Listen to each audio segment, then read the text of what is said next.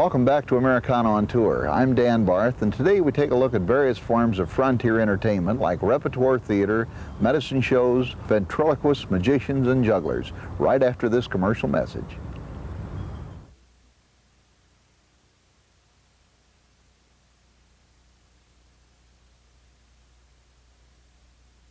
In the early West, entertainment, legitimate entertainment, was a rarity.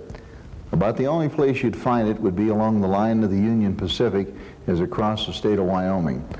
Today in Cheyenne, one theater that existed before the turn of the century is still going.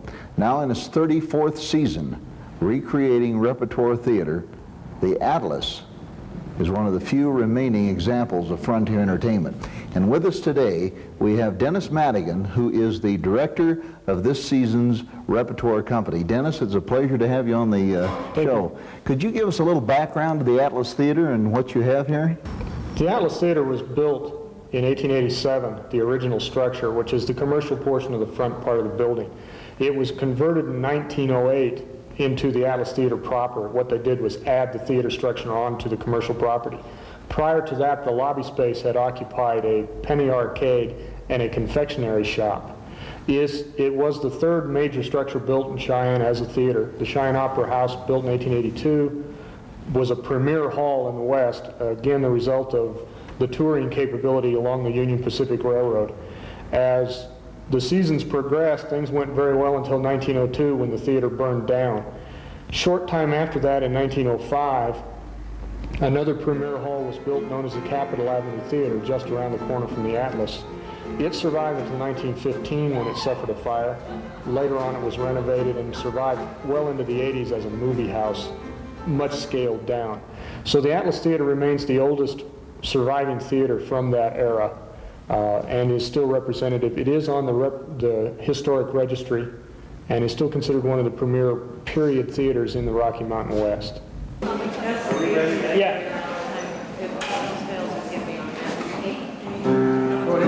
Okay. Now I'm the law here in the Atlas. Before we start tonight's show, you're all going to have to take the melodrama oath. So raise your right hand in the air. One with your left thumb on it. Now repeat after me. Repeat after me. I promise to enjoy the old-fashioned melodrama. I promise to enjoy the old-fashioned melodrama. To cheer for the hero. To cheer for the hero. Sigh for the heroine. Sigh for the heroine. And boo the villain. And boo the villain. To buy around a sarsaparilla every time a waiter or waitress passes by. To buy around a sarsaparilla every time a waiter or waitress passes by. And above all, keep my hands off the pretty girls and handsome guys. Oh. No way! Now we can't start the show till you all say the oath. And above all, to keep my hands off the pretty girls and handsome guys. And above all, keep my hands off the handsome guys. Okay. Now you've all taken the oath, and I'm going to go out to the bar for a brew, and I don't want to have to come back in here. The typical repertoire that played Cheyenne was whatever was traveling down the Union Pacific tracks. It consisted of everything from operas to musical entertainments. The Atlas Theater itself, when Thomas Haney built the building, was built primarily as a vaudeville house. And they also ran the early silent films here. Vaudeville in Cheyenne was extremely popular. Between here, the Capitol Avenue, and then in 1917 another theater, the Princess, often ran competing vaudeville productions with the major Western circuits. So vaudeville was very, very popular in Cheyenne. Additionally, the theater syndicate brought in all of the popular drama of the day to include a number of the well-known performers, though unfortunately few of them played in the Atlas Theater. People like Sarah Bernhardt made her last Western tour through and played the Capitol Avenue. Lillian Russell played Cheyenne, and a host of other names that would be recognized from that period. But the Atlas itself was devoted primarily to vaudeville. During the mid-teens, 1915 through 1917, there was actually a repertory company in residence doing musical comedies and burlesques in addition to the vaudeville that played here. So it was pretty much a broad-based popular audience and has remained that way. The show that we're doing this season is a adaptation of the 19th century melodramatic tradition. The Little Theater, the Cheyenne Little Theater Players, has been producing this show since 1958. Different script each season, but the show remains pretty much a Wild West version of old-fashioned melodrama. This is the most important timetable I've ever worked with. This is the largest shipment of gold to travel through Cheyenne in many years. Why, I can't even imagine that much money. Well, I better put this away in the safe until it's needed by the yardmaster. Helena, my dear, I want you to turn on that seductive charm you have and use it to get the shipping clerk out of here while I snatch the schedule from the safe. Ma'am, I'm not sure what you're leading to. I want you to be my escort and see me safely to the hotel. And after that, I'm sure I can find some little way to express my gratitude.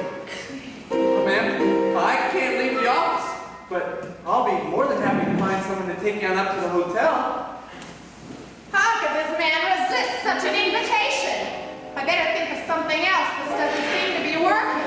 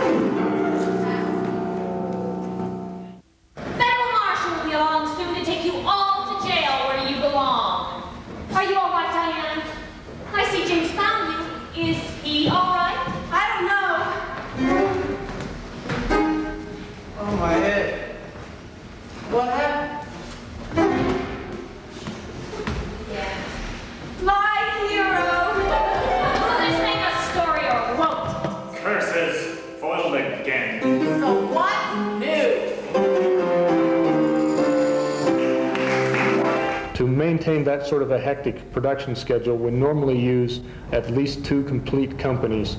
They're doing the same play, but the cast itself is in repertoire. And then we add to that oleo-style acts, or vaudeville acts, that are inserted between the acts of the melodrama. It is one of the oldest companies in the Rocky Mountain West, and is generally pretty well respected in the area. Next, we wind down a blacktop road to Danvers, Illinois, and stop for a traditional small-town festival featuring old-time entertainment right after this commercial message. When I was growing up,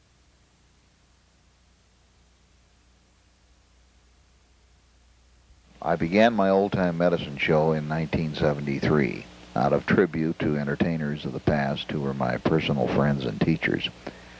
They actually worked on medicine shows, repertoire theater, and vaudeville circuits, and most of them worked before the turn of the century. The routines I learned were vintage, and some of them were over a century old, and they still work today, at least on my stage. Together with the antique wagon and the patent medicine artifacts in the exhibit, I try to come as close as possible to an original show without selling the medicine. The Associated Press said I brought a museum and show out on the road. Whether that's true or not, I don't know. But the show I bring is partially history, partially entertainment, and in the 20 years that we've performed, we've met many interesting people along the way. It came into this country a little over 200 years ago, and I think probably by the days of the medicine show, every magician opened his act with this trick. So we're going to do it for you now. If you've never seen it before, this is just for you. An old trick called the Chinese rings. Watch carefully. It's very simple. We only have 1, 2, 3, and 4 stainless steel rings. Nothing peculiar except one thing. And before I get started, I always ask the crowd, how many of you have never seen this trick before? Put your hands up for me. How many have never seen it? A national poll, my own private national poll, tells me that 1/3 of the crowds have never seen the ring trick. So now here we go. Watch those rings. Put your hands up out here one more time. For those who've never seen it, the people in the back row, this is just for you. Watch them. Nobody said anything. You guys must be asleep. All right, one more time. Watch the rings. Here they go. There are several ways to do it. The first way took the most time. They said if you worked on this long enough, you could make it work instantly. Another magician said it was only a puzzle, it twisted and came apart. One man said balancing the stage with each hand made the act look bigger, and he also said a chain made a good finish. At that point, I finished reading, and we'll have to be satisfied with a short story about an old trick called the Chinese rings. Those are 400 years old. That's it. That's the oldest one we do. Now we're going to modernize things. We need a boy and a girl to come up here and help us. Where are you, kids? No question about it. Come on up here and bring this guy with you. The steps are over here. That's it. The magician and his assistant are coming on stage now, folks. What is your name? Kevin White. This is the great Kevin, folks. How old are you, Kevin? 11. He's in his 11th season. Will you stand on my left side, please? We also have the assistant, whose name is? Katie. The amazing Katie. How old are you, Katie? 9. She's in her 9th season. Katie, do you know what assistants do? Yes, they help. They help, that's right. They smile, they look pretty, they hold things. Later on, they get paid by the magician, whose name is Kevin. He's over here. I'm just teasing, Kevin. Don't run away. This trick is another old one. A little mysterious black bag. Watch carefully. Reach in there, Katie. See if there's anything in the bag. Anything? Nothing. All right, Kevin, would you check it out for me? One more time. Watch the bag. Absolutely nothing. Would you reach out and find an imaginary star, Katie? That's a girl dropping the bag. Thank you. Now, Kevin, this is a 2-star trick, so would you reach out and find one more? Find one for... Ah, he's trying to take the stars out of the bag. All right, Kevin. Now, there was nothing in this bag. Is that true? Katie, reach in there and check the bag for us. How'd you do that? Must be magic, right? This is a very, very old trick. Thank you out there. Not very often we get a hand that quick. I'll take that. Not very often do we're going to do a routine now that goes back a long ways, and I was a teenager when I first saw this. This, for those who wondered what it was, is a wooden ball.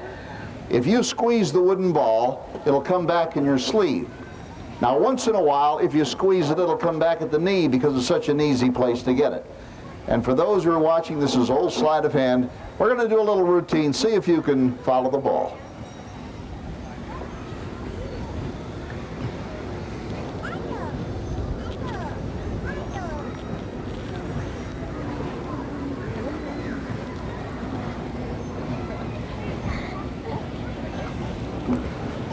Ain't much, but it took a lot of time. Now, Katie, once in a while, if you squeeze the ball, it goes all the way around and comes back in your ear. How long have you been carrying that in your ear, girl? All right, let's give my 2 assistants a big hand. Now, stay here, don't run away. Every show had a complimentary item, and we've made thousands of these over the past 19 years. This is for our young assistant over here who was so kind in helping us on the show.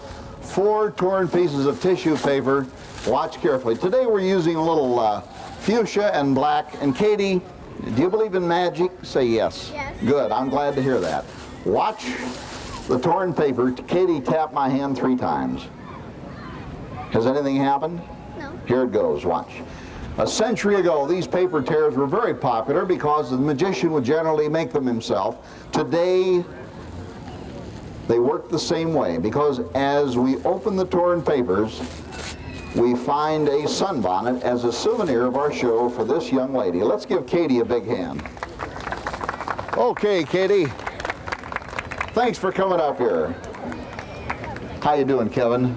Fine. You like the show? Yeah. That's good. Want to buy my wagon? This is for you. We talk about Buffalo Bill on our show because Bill Cody, his last living grandson, is a friend of mine, and Bill worked with me several years on the Americana on Tour series, which will, by the way, air tomorrow night. Bill Cody and I met 7 or 8 years ago, and we talked about his grandpa's Wild West show. And we found that there was a magician on every performance. And I think if the magician on the Colonel's show made hats for the kids in the East, they would have looked like this. And so, Kevin, if you'll turn around and smile at them for the rest of the day here at Danvers Days, we're going to make you an honorary chief. Let's give Kevin a big hand. Thanks for coming up here, Kevin. Thank you. Variety entertainment has been a mainstay in Midwestern festivals for many years. And today I've got a pleasure of introducing two of my closest friends from the road. We've worked a lot of dates across the country. Lee and Rita Henneberry, the mother and father of the touring Henneberry family, who at one time were one of the top opening acts in the North American continent. Now, Lee, I think the first question I'd like to ask you is, how did you become involved in variety entertainment? Well, variety entertainment was in our family, actually. It went back in this country over 100 years. I have, under the name of Ibison, that show was traveling across the Midwest.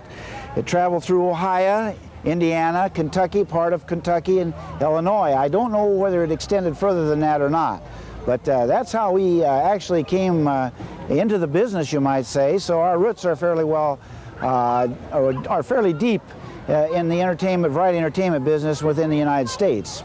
Lee, let's give Lee and Rita a big hand. Thanks for appearing on the show, Lee. You know, folks, you're seeing some really classical entertainment, and I guess probably for me, the real link to old-time show business was an old friend of mine named Max Terhune, who was a ventriloquist. Max was a personal friend, a good friend, and a teacher. And years ago, by accident, I got into ventriloquism thanks to Max. It's been over 20 years ago. Later on, I found this ventriloquist figure, and I found out that he was a veteran of Chautauqua and Repertoire Theater from right here in this part of the country. His name, appropriately, was assigned as Max, and Max came from Peoria. This guy was first used about 1922 on Repertoire Theater right here in this part of the country. His owner was Red Correll, the brother of Charlie Correll, the radio pioneer, and some of you folks may have remembered Red. Red toured right around this part of the country, and he and his brother Tom lived in Peoria. They were both friends of mine. They described the act with this figure as one featuring a piano player using the keyboard with one hand, a trumpet with the other, and this guy did the singing. Now, that was an old repertoire act back in the 20s. Today, he just talks. He has been restored twice. The only thing remaining of the costume that I found on him 20 years ago are his shoes, and he has human glass eyes and a wig, and he's going to talk to us. First, he looks the crowd over. Are you going to talk? Yeah. All right. What are you doing? Looking at them. Okay. Good crowd. Thank you. Are you singing? No, I'm not singing. Good. I'd hate to see them leave. Don't laugh, lady. I could be your kid. Hey. Quit picking on the crowd. They came here to see a show. Tell them good luck. All right. That's enough of that stuff. We're in Danvers, Illinois. Huh? I said, we're in Danvers, Illinois. Really? Really. Is that in the United States? It certainly is. They said beautiful women came from Danvers. Yeah, both of them went out of town last night. You better watch it, boy. You're going to get in big trouble. Here, put this hat on.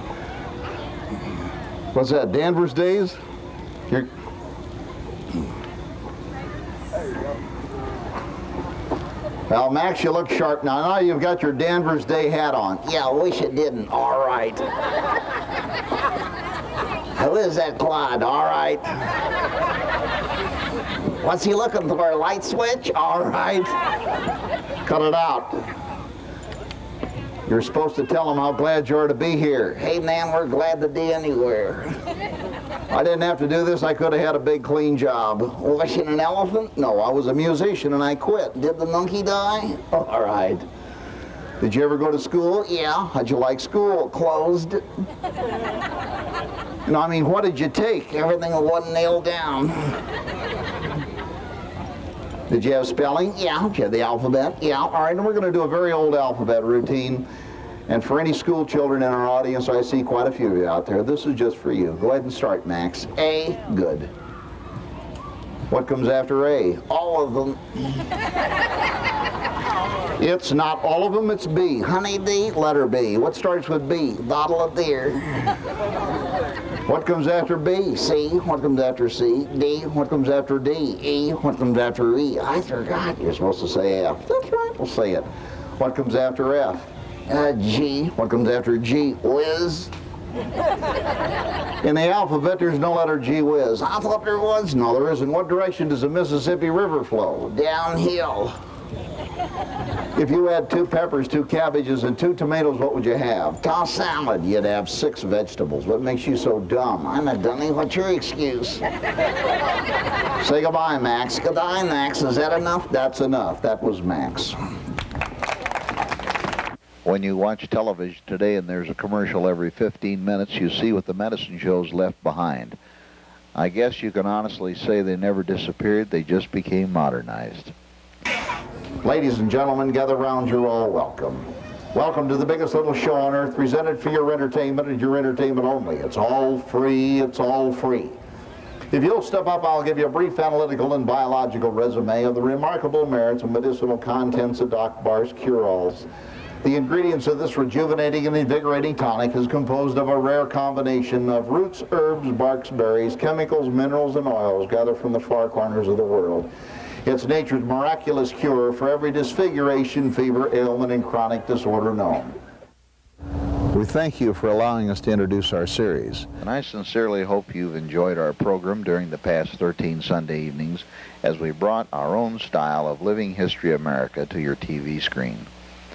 We'd like to thank all the special people who participated in making our series over the past several years.